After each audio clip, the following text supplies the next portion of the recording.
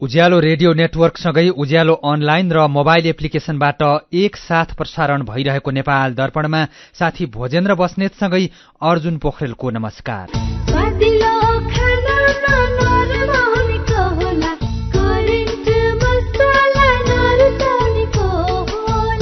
नेपाल दर्पणको साथमा करेन्ट मसला र करेन्ट चिया, स्वादको झट्का। नेपाल दर्पण सुरु गरौं मुख्य खबरका शीर्षकहरूबाट। प्रधानमन्त्री प्रचण्डद्वारा सचिवहरूलाई 30 बुँदे निर्देशन। कामचित्त बुझ्दो नभएकोमा असन्तुष्ट सेवाग्राहीले दुःख पाउने अवस्था 1 महिनाभित्र अन्त्य नभए कारबाही गर्ने चेतावनी। मौसमी कामदार विदेश पठाउने निर्देशिका जारी। पालिकाहरूले पनि कामदार पठाउन पाउने। राहदानी विभागको प्रणालीमा समस्या हुँदा तयार भएका राहदानी वितरणको काम पनि रोकियो।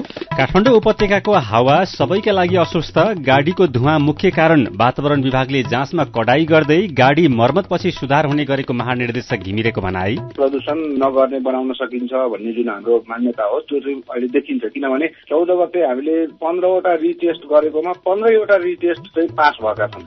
ऊर्जा संकट कम गर्न पाकिस्तानमा नयाँ नियम। शपिङ मल र बजार राति 8:30 बजेभित्र बन्द। देशभर 50% मात्रै सड़क बत्ती बाल्ने।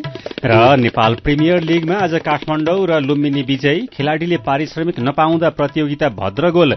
भुटनिज युथ क्लब आहारा र पोखरा गोल्ड कप फुटबलको सेमी फाइनलमा। कृषि, भेटेनरी र इन्जिनियरिङ संकायतर्फ स्नातक तह अध्ययनका लागि नयाँ भर्ना सम्बन्धी नेपाल पोलिटेक्निक इन्स्टिच्युट भरतपुर चितवनको सूचना। विगत 28 वर्षदेखि गुणस्तरीय प्राविधिक शिक्षा प्रदान गर्दै आइरहेको Nepal polytechnic institute NPI Bharatpur चितवनमा शैक्षिक वर्ष 2079 का लागि स्नातक तहमा कृषितर्फ बीएससी एजी र BVSc and AH veterinary doctor साथै इन्जिनियरिङ तर्फ बीई सिभिल र बीई इलेक्ट्रिकल शैक्षिक कार्यक्रममा पुनः प्रवेश परीक्षा हुन गइरहेकाले इच्छुक विद्यार्थीहरूले entrance.pufosd.edu.np मा लगन गरी वा सिधै कलेजमा सम्पर्क राखी फारम भर्न सूचित गरिन्छ। फारम भर्ने अन्तिम मिति माघ 6 गतेसम्म। प्रवेश परीक्षा माघ 14 गते।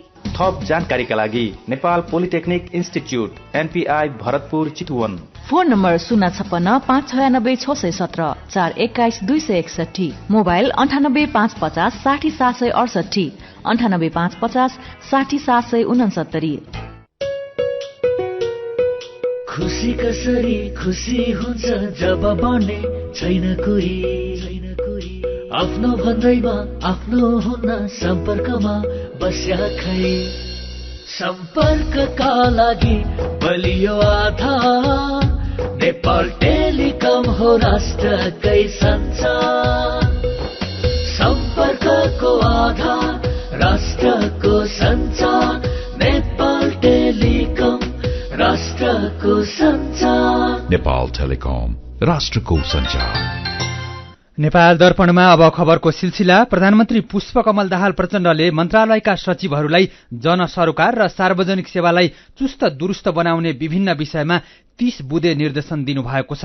आज सिंहदरबारमा मन्त्रालयका सचिवहरूसँग सम्पन्न बैठकमा प्रधानमन्त्री प्रचण्डले सुशासन, सेवा प्रवाह तथा जनजीविकासँग जोडिएका विषयमा काम गर्न निर्देशन दिनुभएको हो। हिजो सबै मन्त्रालय तथा आज राष्ट्रपति र उपराष्ट्रपति कार्यालय एवं विभिन्न संवैधानिक आयोग र निकायका सचिवहरूले प्रगति विवरण, समस्या र चुनौती प्रस्तुत गरेका थिए। सचिवहरूबाट कार्य प्रगति सुनेपछि निर्देशनात्मक सम्बोधन गर्दै प्रधानमन्त्री प्रचण्डले निजामती प्रशासन र सरकारी संयन्त्रबाट विगतको कार्यकाल झैं यसपटक पनि पूर्ण सहयोग पाइने बताउनुभयो। उहाँले ठूला नीतिगत र दीर्घकालीन विषयहरू भन्दा पनि अहिले नागरिकले सेवा प्रवाहमा भोग्नु परेको शास्तिको अन्त्य गर्न निर्देशन दिनुभयो। आफूहरू सिंहदरबारमा बैठक बसिरहँदा राहदानी लिन बिहान 2 बजेदेखि नै सेवाग्राही लाइनमा बसेको, राष्ट्रिय परिचय पत्र लिन शास्ति भएको, वर्षौंसम्म पनि सवारी चालक अनुमति पत्र नपाएको लगायतका समस्यामा अब भाषण नभई काम गर्नुपर्ने प्रचण्डको भनाइ छ। सरकार गठनको 1 महिनाभित्र राहदानी, राष्ट्रिय परिचय पत्र, सवारी लाइसेन्स, शिक्षा मन्त्रालयबाट प्रदान गरिने नो अब्जेक्सन सर्टिफिकेट, सरकारी अस्पतालमा बिरामीको उपचार, मालपोत, नापी, कर दस्तुर बुझाउने ठाउँमा सेवाग्राहीले अहिले जस्तै लाइनमा बस्ने शास्ति देखियो भने निर्ममतापूर्वक जिम्मेवार पदाधिकारीलाई कारबाही गर्नुपर्ने अवस्था आउने प्रचण्डको चेतावनी छ। सार्वजनिक यातायात व्यवस्थित हुन नसक्दा नागरिकले मृत्यु र दुर्घटना बेहोर्नु परेको विषय समेत प्रधानमन्त्रीले सम्बोधनका क्रममा उल्लेख गर्नुभएको छ। नागरिकलाई कर तिर्न झन्झट भएकैले राजस्व संकलनमा उल्लेख्य प्रगति हुन नसकेको उल्लेख गर्दै प्रधानमन्त्री प्रचण्डले आपत्ति पनि जनाउनुभयो। यस्तै विकास खर्च हुन नसक्नुका कारणहरू के हुन्, को जिम्मेवार हो, यसको कारण खोजी गरेर निराकरण गर्न अब के गर्ने भनेर प्रचण्डले प्रश्न पनि गर्नुभएको छ। यस्तै कार्यालय समयमा कार्यालयको काम छाडेर अनावश्यक सभा सम्मेलन गोष्ठी सेमिनारमा प्रशिक्षण दिने जस्ता कार्य बन्द गर्न र त्यस्ता कार्यक्रममा जाने परेमा विभागीय प्रमुखसँग अनुमति लिएर जान र फर्केपछि प्रतिवेदन बुझाउन पनि प्रचण्डले निर्देशन दिनुभएको छ। प्रधानमन्त्रीले दिएको 30 बुँदे निर्देशनको पूर्ण पाठ ujalonline.com मा पढ्न सकिनेछ।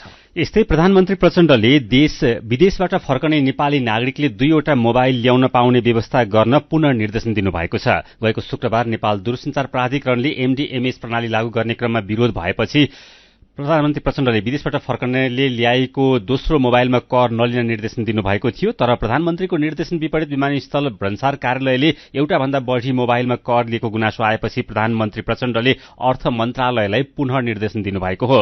विदेशबाट फर्कनेहरूको गुनासो बढेपछि मोबाइल ल्याउने विषयलाई सहज बनाउन उपप्रधान एवं अर्थमन्त्री विष्णु पौडेललाई निर्देशन दिनुभएको प्रधानमन्त्रीका प्रेस संयोजक सूर्य किरण शर्माले जानकारी दिनुभयो। नेकपा एकीकृत समाजवादी पार्टीको पोलिट ब्यूरो बैठकले सरकारमा पार्टीको सहभागिताबारे निर्णय लिने जिम्मेवारी पार्टीको केन्द्रीय सचिवालयलाई दिएको छ। आज सकिएको बैठकले सरकारमा सहभागिताका बारे थप अध्ययन, छलफल, विचार विमर्श गर्नुपर्ने भएकोले निर्णय गर्ने अधिकार केन्द्रीय सचिवालयलाई दिने निर्णय गरिएको पार्टीका प्रवक्ता जगन्नाथ खतिवड़ाले जानकारी दिनुभयो। त्यसैगरी बैठकले वामपन्थी पार्टीहरू बीचको एकता र सहकार्यको लागि गृह कार्य गर्ने अनुमति पनि पार्टीको केन्द्रीय सचिवालयलाई नै प्रदान गरेको छ। पोलिट ब्यूरो बैठकले पार्टीभित्र संगठन सुदृढीकरण र शुद्धिकरण अभियान सञ्चालन गर्ने, पार्टीको सदस्यता विस्तार गर्ने र पार्टीलाई आर्थिक रूपमा आत्मनिर्भर बनाउने अभियान चलाउने निर्णय गरेको पनि नेकपा एकीकृत समाजवादी पार्टीले जनाएको छ। यसैबीच जनता समाजवादी पार्टी नेपालले शक्ति बाँडफाँडको विषयलाई हेरेर मात्रै सरकारमा जाने नजाने सम्बन्धमा निर्णय गर्ने भएको छ। जनता समाजवादी पार्टीको आजको राजनीतिक समितिको बैठकले यस विषयमा सरकारको नीति तथा कार्यक्रमलाई अध्ययन गरेर मात्र टुङ्गोमा पुग्ने निर्णय गरेको हो। बैठकपछि संचारकर्मीहरूसँग कुरा गर्दै प्रवक्ता मनिष सुमनले बैठकले अरू राजनीतिक दलहरूसँग पार्टी एकताका लागि वार्ता गर्न पार्टीका सह अध्यक्ष राजेन्द्र श्रेष्ठको संयोजकत्वमा 3 सदस्यीय समिति गठन गरेको बताउनुभयो। नेपाली कांग्रेसको मुख्य सचेतकमा रमेश लेखक मनोनित हुनुभएको छ। कांग्रेस सभापति एवं संसदीय दलका नेता शेरबहादुर देउवाले आज उहाँलाई मनोनित गर्नुभएको हो। सभापति देउवाले पार्टीको संसदीय दलको विधान अनुसार नेता लेखकलाई मुख्य सचेतक पदमा मनोनित गर्नुभएको देउवाका निजी सचिव केशवराज जोशीले जानकारी दिनुभयो।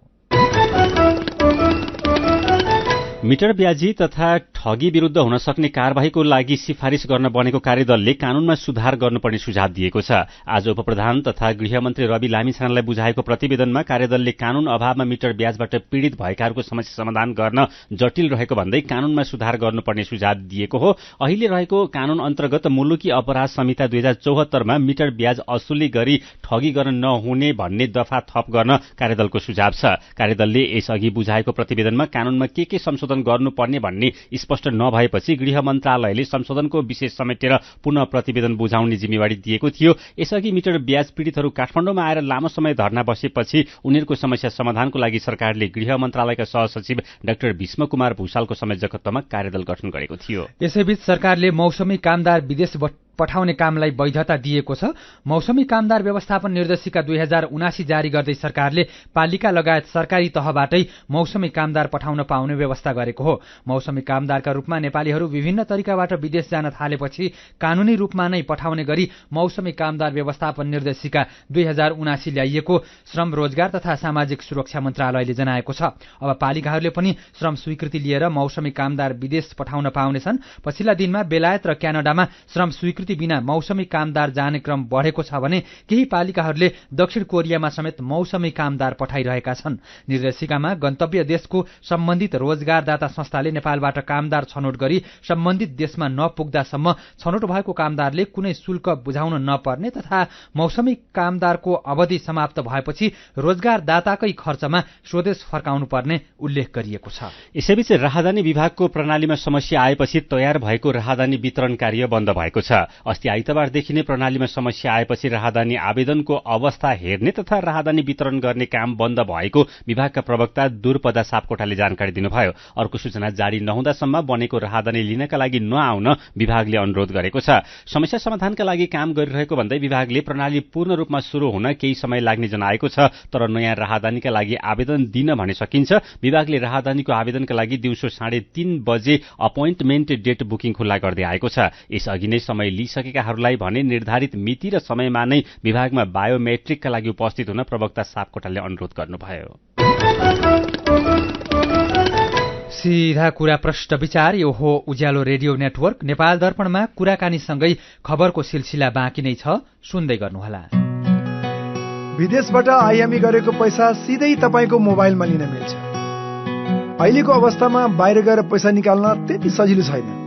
त्यसैले आफ्नो मोबाइल निकाल्नुहोस्, आइएमई पे डाउनलोड गर्नुहोस् अनि घर बसी बसी आफ्नो रकम प्राप्त गर्नुहोस्। विदेशबाट आइएमई गरेको रकम प्राप्त गर्न आफ्नो मोबाइल फोनमा आइएमई पे डाउनलोड गर्नुहोस्। अब आइएमई गरौँ, आइएमई पे मा प्राप्त गरौँ सजिलै। एचआईभी का बारेमा खुलेर कुरा गरौँ। एचआईभी खराब आचरणको नतिजा नभई असावधानीको परिणाम हो। तसर्थ यसबाट बच्न असुरक्षित यौन सम्पर्क नराखौं। अन्य व्यक्तिले प्रयोग गरेका धारिला औजार जस्तै छुरी, दारी काट्ने ब्लेड प्रयोग नगरौं र रगत चढाउनु पर्ने अवस्था भएमा परीक्षण गरेको रगत मात्र चढाउँ। संक्रमित भइसकेकालाई समयमै उपचारमा लगौं र अकालमै हुन सक्ने मृत्युबाट जोगाउँ। समयमै उपचार गर्नाले संक्रमित गर्भवती महिलाले पनि स्वस्थ बच्चा जन्माउन सक्छिन्। Nepal youth foundation, 12+ Lumbini plus र मकवानपुर महिला समूह।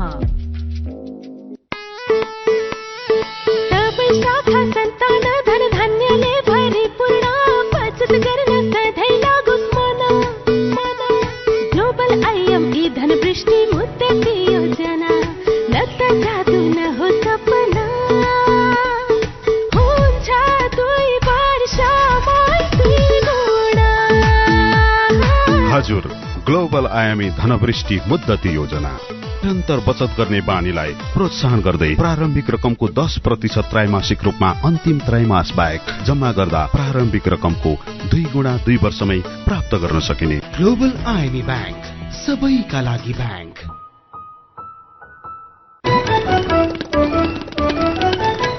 उज्यालो रेडियो नेटवर्कबाट प्रसारण भइरहेको नेपाल दर्पणमा तपाईंलाई फेरि स्वागत छ। यतिन्जेल हामीले प्रधानमन्त्री प्रचण्डद्वारा सचिवहरूलाई 30 बुँदे निर्देशन, सेवाग्राहीले दुःख पाउने अवस्था 1 महिनाभित्र अन्त्य नभए कारबाही गर्ने चेतावनी, पालिकाहरूले पनि अब मौसमी कामदार विदेश पठाउन पाउने लगायतका खबर प्रस्तुत गर्यौं। नेपाल दर्पणमा अब बाँकी प्रसंग।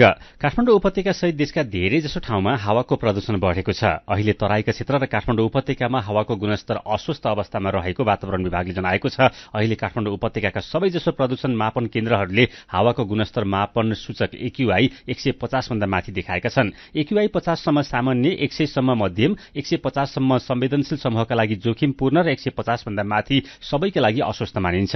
यसअनुसार अहिले काठमाडौँ उपत्यकाको हावा सबैका लागि अस्वस्थ रहेको छ। काठमाडौँ अहिले विश्वकै 17औं प्रदूषित शहरका रूपमा रहेको छ।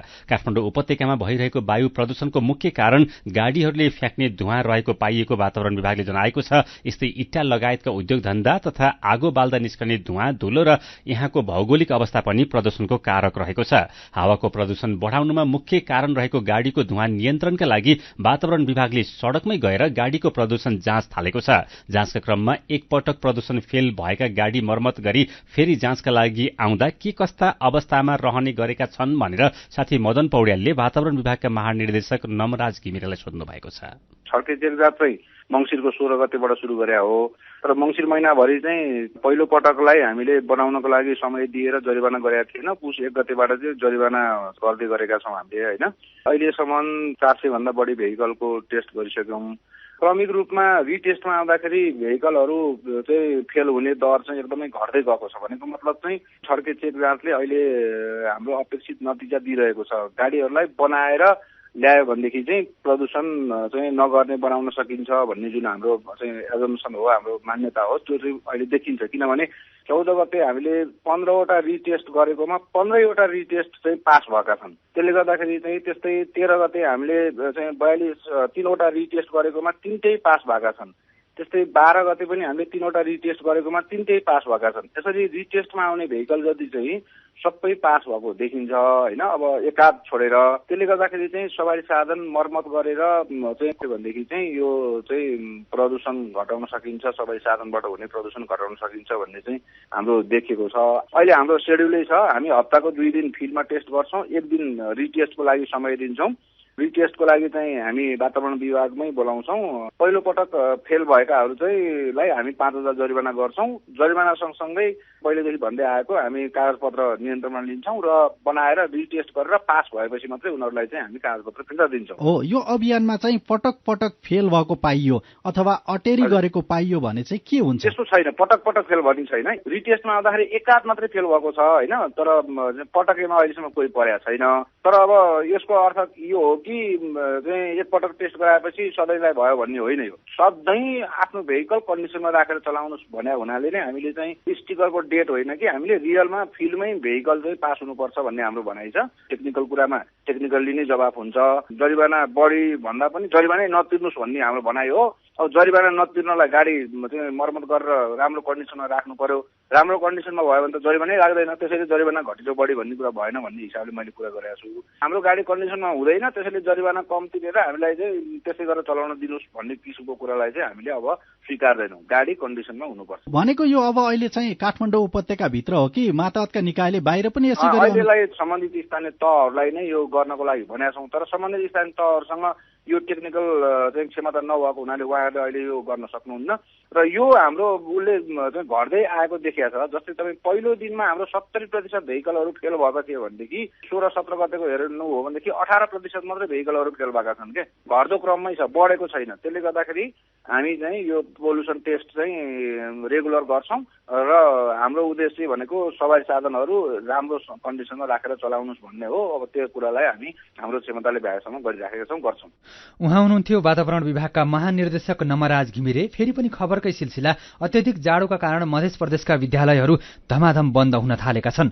जाडोका कारण विद्यार्थीहरू बिरामी हुन थालेपछि मध्य प्रदेशका विभिन्न जिल्लाका विद्यालयमा बिदा दिइएको हो। जनकपुर धाम उपमहानगरपालिकाले पनि भोलिदेखि 3 दिनको लागि सामुदायिक तथा निजी विद्यालय बन्द गर्ने निर्णय गरेको छ। यस्तै जाडो बढेपछि महोत्तरीका पालिकाले पनि धमाधम विद्यालय बिदाको सूचना जारी गरेका छन्। महोत्तरीका 9वटा पालिकाले 4 दिनदेखि 8 दिनसम्मको बिदाको सूचना निकालेका छन्। यस्तै बाक्लो कुहिरोले भिजिबिलिटी नपुग्दा आज नेपालगञ्ज विमानस्थलबाट कुनै पनि हवाई उडान हुन सकेनन्। बिहानैदेखि लागेको हुस्सुका कारण पश्चिम नेपालका पहाडी जिल्लाहरू र काठमाडौँका लागि हुँदै आएका सबै उडान रद्द गरिएको नेपालगञ्ज विमानस्थलका प्रमुख सुरेश खनालले जानकारी दिनुभयो। कर्णाली प्रदेशको हुम्ला, जुम्ला, डोल्पा र मुगु तथा सुदूरपश्चिमको बाजुरा र बझाङका लागि बिहान मात्रै उडान हुने हुँदा भिजिबिलिटी नपुग्दा आजको लागि सबै उडान रद्द गरिएको विमानस्थल प्रमुख खनालले बताउनुभयो। नेपालगञ्ज विमानस्थलबाट दैनिक कर्णाली र सुदूरपश्चिम प्रदेशका पहाडी र हिमाली जिल्लामा 20 र काठमाडौँको लागि 15 वटासम्म उडान हुने गरेका छन्।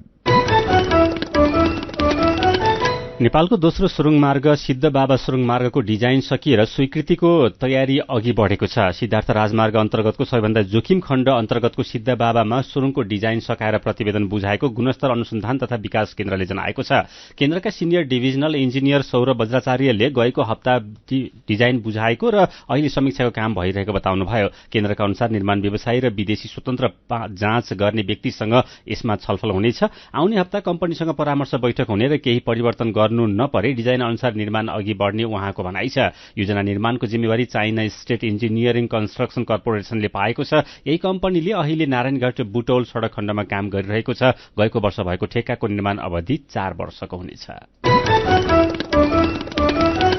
नेपाल दर्पणमा मेरो पनि भन्नु छ सँगै खबरको सिलसिला बाँकी नै छ, सुन्दै गर्नुहोला। गाउँको उत्पादन शहरमा, रैथाने खाना घर घरमा। पञ्चगुणीय तत्त्वले भरिपूर्ण रैथाने कृषि खाद्य वस्तु तथा सामग्रीहरू कृषकहरूबाट संकलन तथा प्रशोधन गरी काठमाडौँ उपत्यका भरि सहज रूपमा होम डेलिभरी भइरहेको कुरा सहर्ष जानकारी गराउँदछौ। सम्पर्क तथा जानकारीका लागि रैथाने एग्री प्रोडक्ट्स नेपाल प्राली चप्पल कारखाना Maharajganj Kathmandu. Phone number 01 40 15 658 40 15 662। Mobile number 98 434 21 743 र 98 550 45 242। रैथानेलाई तपाईले मोबाइल एपको लागि RAITHAANE रैथाने टाइप गरेर वा वेबसाइट www.raithanenepal.com मा गएर पनि भेट्न सक्नुहुनेछ। होइन हो दाजु भाउजू, खुसी हुँदै कस्तो नाचे। हामीलाई त तेरा भन्दा धेरै सुविधा मुक्तिनाथ आशीर्वाद बचत खाता खोलेर होइन के छ र यसमा त्यस्तो खुसी भइरा? सर्वाधिक ब्याज दर निशुल्क डेबिट कार्ड छ यसमा, मोबाइल ब्याङ्किङ अनि गजबको बिमा। खातामा बिमा हो नि, अब खुसीको छैन कुनै सीमा। बचत खातामा 1 करोड 1 लाखसम्मको बिमा हो। हजुर, अब मुक्तिनाथ आशीर्वाद बचत खातामा पाउनुहोस् 1 करोड 1 लाखसम्मको बिमा, साथै आकर्षक ब्याज दरसँगै निशुल्क भिजा डेबिट कार्ड, निशुल्क मोबाइल ब्याङ्किङ अनि 13 अन्य ब्याङ्किङ सुविधाहरूमा छुट। अब खुसीको छैन कुनै सीमा। बचत खातामा 1 करोड 1 लाखसम्मको बिमा। मुक्तिनाथ विकास ब्याङ्क, जनता ब्याङ्कमा होइन, ब्याङ्क जनतामा जानु पर्दछ। उज्यालो रेडियो नेटवर्क मार्फत देशभरिका विभिन्न एफएम स्टेशन तथा उज्यालो अनलाइन र मोबाइल एप्लिकेशनमा प्रसारण भइरहेको नेपाल दर्पणमा तपाईंलाई फेरि स्वागत छ। अब बाँकी खबर। शेयर बजार परिसूचक नेप्से आज 3.03 अंकले घटेर 2061.06 बिन्दुमा झरेको छ। नेप्से घटे पनि कारोबार रकम भने बढेको छ। आज 257 वटा कम्पनीका 42,22,000 किता शेयर 3 अर्ब 45 करोड 80 लाख रुपियाँमा कारोबार भएका छन्। राजस्व अनुसन्धान विभागले राजस्व चुहावट गरेको अभियोगमा त्रिशक्ति ट्रेडर्सका सञ्चालक सिद्धिबहादुर महर्जन विरुद्ध उच्च अदालत पाटनमा मुद्दा दायर गरेको छ। विभागले राजस्व चुहावट गर्ने मनसायका साथ नक्कली भ्याट बिल खरिद गरी वित्तीय विवरण तथा आय विवरण बनाएको पाइएको जनाएको छ। विभागले 6 करोड 17 लाख 92,500 रुपियाँ बराबरको बिगो दावी गरेर मुद्दा दायर गरेको हो। गुल्मीको छत्रकोट गाउँपालिकाले अनिवार्य अवकाश पाउने महिला स्वास्थ्य स्वयंसेविकाहरूलाई निवृत्ति भरण उपलब्ध गराउने भएको छ। पालिकाले 60 वर्ष उमेर पुगी अनिवार्य अवकाश हुने महिला स्वास्थ्य स्वयंसेविकाहरूलाई महिनाको 1,000 रुपियाँका दरले निवृत्ति भरण उपलब्ध गराउने घोषणा गरेको अध्यक्ष रामप्रसाद पाण्डेले जानकारी दिनुभयो। संघीय सरकारले 60 वर्ष उमेर पुगी निवृत्त हुनेलाई एकमुष्ट 20,000 रुपियाँ उपलब्ध गराउँदै आएकोमा पालिकाले 30,000 थप गरी एकमुष्ट 50,000 रुपियाँ उपलब्ध गराउने घोषणा पनि गरेको छ। जनक शिक्षा सामग्री केन्द्र लिमिटेडका प्रबन्ध सञ्चालक अनिल कुमार झाले कागज खरिद गर्न सक्ने अधिकार दिन माग गर्नुभएको छ। राष्ट्रिय सभा अन्तर्गतको दिगो विकास तथा सुशासन समितिको बैठकमा प्रबन्ध सञ्चालक झाले जनक शिक्षालाई पनि पाठ्यपुस्तकको लागि कागज खरिद गर्न सक्ने अधिकार दिन माग गर्नुभएको हो। उहाँले सार्वजनिक खरिद ऐनमा नै छुट्टै व्यवस्था भएकोले मतपत्र छपाईमा छिटो छरितो भएको बताउनुभयो। झाले सरकारले सार्वजनिक खरिद नियमावलीमा नै व्यवस्था गरेर अधिकार दिएमा पाठ्यपुस्तक छपाईमा कुनै समस्या नआउने बताउनुभयो। उहाँले यस वर्ष कागज आयातमा समस्या नभएकोले समयमा नै विद्यालयहरूमा पाठ्यपुस्तक पुग्ने समेत दावी गर्नुभयो। दैलेखमा टिप्पर दुर्घटना हुँदा एकजनाको ज्यान गएको छ। दुल्लु नगरपालिका वडा नम्बर 9 पादुकाको गोबेधारामा भएको दुर्घटनामा टिप्पर चालक धनबहादुर बुढाको ज्यान गएको प्रहरीले जनाएको छ। 2 जना घाइते भएका छन्। काठमाडौँको चन्द्रागिरी नगरपालिकाले जनप्रतिनिधि र कर्मचारीको गाडीमा जीपीएस ट्र्याकिङ उपकरण जडान गरेको छ। कार्यालय समयमा कर्मचारीको वस्तुस्थितिको पहिचान गरी सेवाग्राहीलाई सेवा प्रवाहमा चुस्तता ल्याउन जीपीएस ट्र्याकिङ उपकरण जडान गरिएको नगरपालिकाका प्रमुख घनश्याम गिरीले बताउनुभयो। उहाँले यसले गर्दा सरकारी बिदाको दिनमा बिना अनुमति सरकारी गाडीको प्रयोगमा पनि नियन्त्रण हुने बताउनुभयो। मेरो पनि भन्नु छ।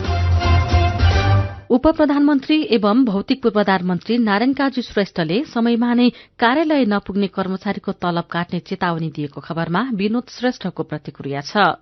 नियम लगाउनु अघि आफू पनि नियममा बस्नुपर्छ। हाम्रो देशमा कसैले नीति नियम र कानूनको पालना गरेको पाइँदैन। यसको कारण चाहिँ भ्रष्टाचार, घुस र अधिकारको दुरूपयोग नै हो। लक्ष्मीप्रसाद शर्माले लेख्नु भएको छ, कर्मचारीलाई सरकारी काम कहिले जाला घाम भन्ने सोचबाट अलग बनाई काम गर्न लगाऊ, नतिजामुखी कार्यशैलीको विकासमा जोड़ दिऊ, लक्ष्य र कार्य प्रगतिका खम्बा बराबर हुँदा सन्तोष लिने र गर्व गर्ने प्रवृत्तिको चाहिँ अन्त्य गरौं।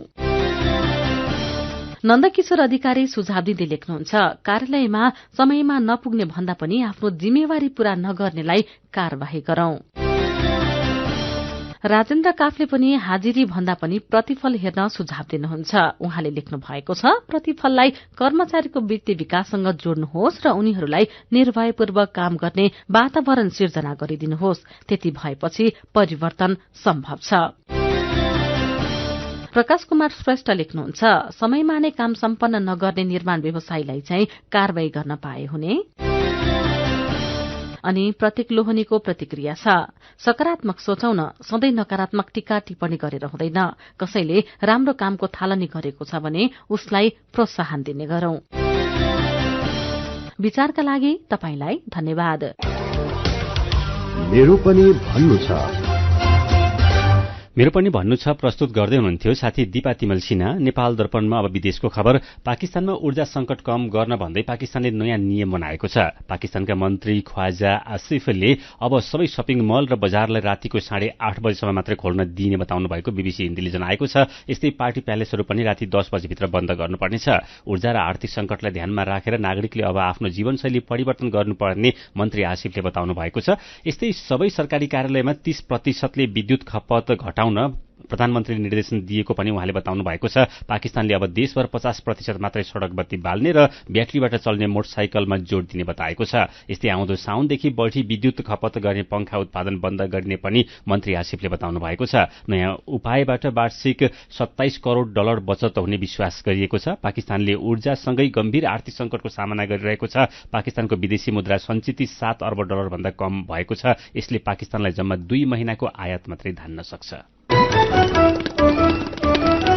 अब केही खेल खबर। अमेरिकाको भुटनिज युथ स्पोर्ट्स क्लब आहारारा पोखरा गोल्ड कप फुटबल प्रतियोगिताको सेमी फाइनलमा पुगेको छ। पोखरा रंगशालामा आज भएको खेलमा मनाङ मर्स्याङ्दी क्लबलाई 1-0 गोलले हराउँदै भुटनिज अन्तिम 4मा पुगेको हो। भुटनिजको जितमा प्रवीण बस्नेतले 18औं मिनेटमा गरेको गोल नै निर्णायक बन्यो। हारसँगै आहारारा गोल्ड कपको सर्वाधिक सफल मानिएको टिम मनाङ मर्स्याङ्दी क्लब प्रतियोगिताबाट बाहिरिएको छ। फाइनल प्रवेशको लागि भुटनिजले पर्सी चर्च बोइज स्पोर्ट्स क्लबसँग खेल्नेछ। भोलि हुने पहिलो सेमी फाइनलमा नेपाल एपीएफ क्लब र संकटा क्लबले खेल्दैछन्। प्रतियोगिताको विजेताले 12 लाख र दोस्रो हुने टोलीले 6 लाख रुपियाँ पुरस्कार प्राप्त गर्नेछन्। नेपाल टी20 प्रिमियर लीग क्रिकेट अन्तर्गत आजका खेलमा काठमाडौँ नाइट्स र लुम्बिनी अल स्टार्स विजयी भएका छन्। त्रिवी क्रिकेट मैदान कीर्तिपुरमा भएको पहिलो खेलमा काठमाडौँ नाइट्सले विराटनगर सुपर किङ्सलाई 34 रनले हरायो। 9 ओभरमा झारिएको खेलमा काठमाडौँले दिएको 93 रनको लक्ष्य पछ्याएको विराटनगर 8 ओभर 5 बलमा 58 रनमै अल आउट भयो। यो जितसँगै काठमाडौँ 7 खेलमा 8 अङ्कसहित तालिकाको तेस्रो स्थानमा छ। विराटनगर 4 अङ्कसहित 5औं स्थानमा छ। यसअघि खेलाडीले पारिश्रमिक नपाएको भन्दै खेल्न नमानेपछि खेल 2 घण्टा ढिलो गरी सुरु भएको थियो। आजको दोस्रो खेलमा लुम्बिनी अल स्टार्सले जनकपुर रोयल्सलाई 5 रनले हराएको छ। लुम्बिनीले दिएको 179 रनको लक्ष्य पछ्याएको जनकपुरले 20 ओभरमा 5 विकेट गुमाएर 173 रन मात्रै बनाउन सक्यो। लुम्बिनी 8 खेलमा 14 अङ्कसहित शीर्ष स्थानमा र 10 अङ्कसहित जनकपुर दोस्रो स्थानमा रहेको छ। नेपाल टी20 क्रिकेट लीगमा खेलाडीको पारिश्रमिकको विषयले समस्या उत्पन्न हुन थालेको छ। खेलाडीको पारिश्रमिक नदिएको भन्दै चौतर्फी विरोध भएको छ। खेलाडीले समेत आज विरोध गरेपछि खेल निर्धारित समयभन्दा केही घण्टा धकेलिएको थियो। काठमाडौँ नाइट्स र विराटनगर सुपर किङ्स बीचको खेल सुरु हुनु अघि खेलाडीहरूले विरोध गरेका थिए। प्रतियोगितामा पारिश्रमिकदेखि आयोजना र मिले मतोसम्म भएको चर्चा चलिरहेको छ। काठमाडौँ नाइट्सका कप्तान ज्ञानेन्द्र मल्लले आफ्नो टोलीका एकजना खेलाडीलाई मिले मतको प्रस्ताव आएको बताउँदै आईसीसीको एन्टी करप्सन युनिटलाई जानकारी गराएको बताएका छन्। प्रतियोगिताको जिम्मा लिएको भारतीय कम्पनी 73 स्पोर्ट्स नै सम्पर्क बाहिर रहेको र फ्रेन्चाइज टोलीका मालिकले पनि वास्ता नगरेको नेपाल क्रिकेट संघ क्यानका एक पदाधिकारीले बताएका छन्। क्यानको बहुप्रतीक्षित प्रतियोगिता टी20 लीगमा विदेशी र नेपाली राष्ट्रिय टोली तथा अन्तर्राष्ट्रिय टोलीका खेलाडीहरूको सहभागिता रहेको छ। तर तलब नपाउँदा प्रतियोगिता विवादित बन्दै गएको छ र सामाजिक सञ्जाल मार्फत अन्तर्राष्ट्रिय क्रिकेट काउन्सिल आईसीसीलाई पनि समर्थकहरूले निवेदन गरेका छन्। क्रिकेटकै अर्को प्रसंगमा भारत र श्रीलङ्का बीचको टी20 क्रिकेट श्रृंखला आजदेखि सुरु भएको छ। पहिलो खेल अहिले वाङखडेमा चलिरहेको छ। श्रीलङ्काले टस जितेर बलिङ रोजेपछि भारतले पहिले ब्याटिङ गरिरहेको छ। भारतले चाजा अवस्थामा 14 ओभर 2 बलको खेल सकिँदा 5 विकेट गुमाएर 98 रन बनाएको छ। भारतका ईशान किशन 37 रन बनाएर आउट भए। यस्तै सुमन गिल 7 र सूर्यकुमार यादव 7 रनमै आउट भए। सञ्जु सैमसनले 5 रन बनाएर आउट भए। हार्दिक पाण्ड्या भर्खरै 29 रन बनाएर आउट भएका छन्। अहिले दीपक हुडा र अक्षर पटेलले खेलिरहेका छन्। 3 खेलको T20 र 3 खेलको 1 दिवसीय श्रृङ्खला खेल्न श्रीलङ्का भारतको भ्रमणमा रहेको छ। खेल खबरसँगै हामी नेपाल दर्पणको अन्त्यमा आइपुगेका छौं। आजका मुख्य खबरका शीर्षकहरू फेरि एकपटक। प्रधानमन्त्री प्रचण्डद्वारा सचिवहरूलाई 30 बुँदे निर्देशन, कामचित्त बुझ्दो नभएकोमा असन्तुष्ट, सेवाग्राहीले दुःख पाउने अवस्था 1 महिनाभित्र अन्तिम नभए कारबाही गर्ने चेतावनी। मौसमी कामदार विदेश पठाउने निर्देशिका जारी, पालिकाहरूले पनि कामदार पठाउन पाउने। राहदानी विभागको प्रणालीमा समस्या हुँदा तयार भएका राहदानी वितरणको काम पनि रोकियो। काठमाडौँ उपत्यकाको हावा सबैका लागि अस्वस्थ, गाडीको धुवा मुख्य कारण। वातावरण विभागले जाँचमा कडाई गर्दै गाडी मर्मतपछि सुधार हुने गरेको महानिर्देशक घिमिरेको भनाई। ऊर्जा संकट कम गर्न पाकिस्तानमा नयाँ नियम, शपिङ मल र बजार राति 8:30 बजेभित्र बन्द। देशभर 50% मात्रै सड़क बत्ती बालिने। र नेपाल प्रिमियर लिगमा आज काठमाडौँ र लुम्बिनी विजयी, खेलाडीले पारिश्रमिक नपाउँदा प्रतियोगिता भद्रगोल। भुटनिज युथ क्लब आहारारा पोखरा गोल्ड कप फुटबलको सेमिफाइनलमा। आजको नेपाल दर्पण सकिएको छ। प्राविधिक साथी संघर्ष विष्टसँगै हामी भोजेन्द्र बस्नेत र अर्जुन पोखरेल पनि विदा हुन्छौं। उज्यालोको मोबाइल एप्लिकेशन र अनलाइनमा प्रसारण भइरहेका सामग्री भाइबरमा पनि उपलब्ध छन्। जाडोको समय छ, पर्याप्त मात्रामा तातो र झोलिलो खानेकुरा खाने गरौं। नमस्कार।